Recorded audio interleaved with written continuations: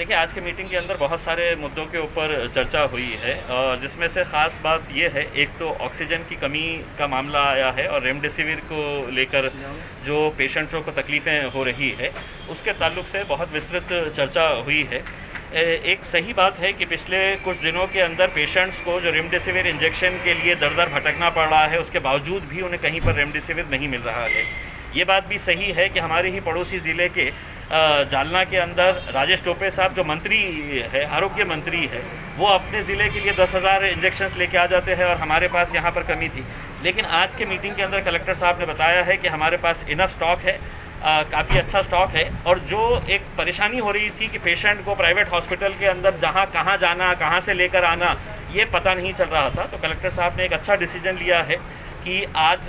से यहाँ पर है तो एक कंट्रोल रूम बनाया गया है। हॉस्पिटल को सिर्फ इतना करना है कि हॉस्पिटल ने लेटर लिख के कलेक्टर को भेजना है कि मेरे पास ये पेशेंट एडमिट है और इसकी कंडीशन ऐसी है, इसको रेमडेसिविर देना ज़रूरी है करके उसका जो भी डिटेल्स अटैच करने का है वो डिटेल्स अटैच करके यहाँ पर देना है। अब ये हो सकता है कि मतलब बहुत सारे हॉस्पिटल्स का आ जाएगा, तो आज की मीटिंग के अंदर ये भी तय हुआ है कि 1-2 डॉक्टर्स को भी बिठा के रखा जाए कंट्रोल रूम के अंदर, ताकि वो भी डिसीजन ले सके कि रेमडेसिविर सही देना है या नहीं देना है करके। दूसरा ये है कि ऑक्सीजन के ताल्लुक से जो ऑक्सीजन की कमी का मामला जो सामने आ रहा था, उसके अंदर एक बात समझ में आई है कि सरकार की तरफ से ये जोर दिया जा रहा था कि हमारे पास का जो ऑक्सीजन है वो धुलिया को और मालेगांव को पहुंचाया जाए करके उसमें, जबकि हमने ये कहा है कि जो ऑक्सीजन यहाँ पर अगर कमी पड़ रही है और आप दूसरी जगह के ऊपर ले जाकर दे रहे हैं, वहाँ पर धुलिया के हैं तो केंद्रीय मंत्री रहे हुए हैं, वहाँ पे उन्होंने ऑक्सीजन के बारे में सोचना चाहिए।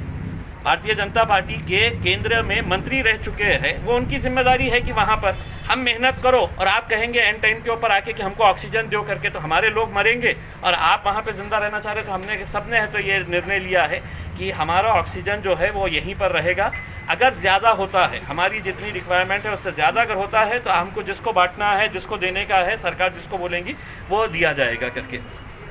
दूसरा ये है कि जो मुख्यमंत्री, आदरणीय मुख्यमंत्री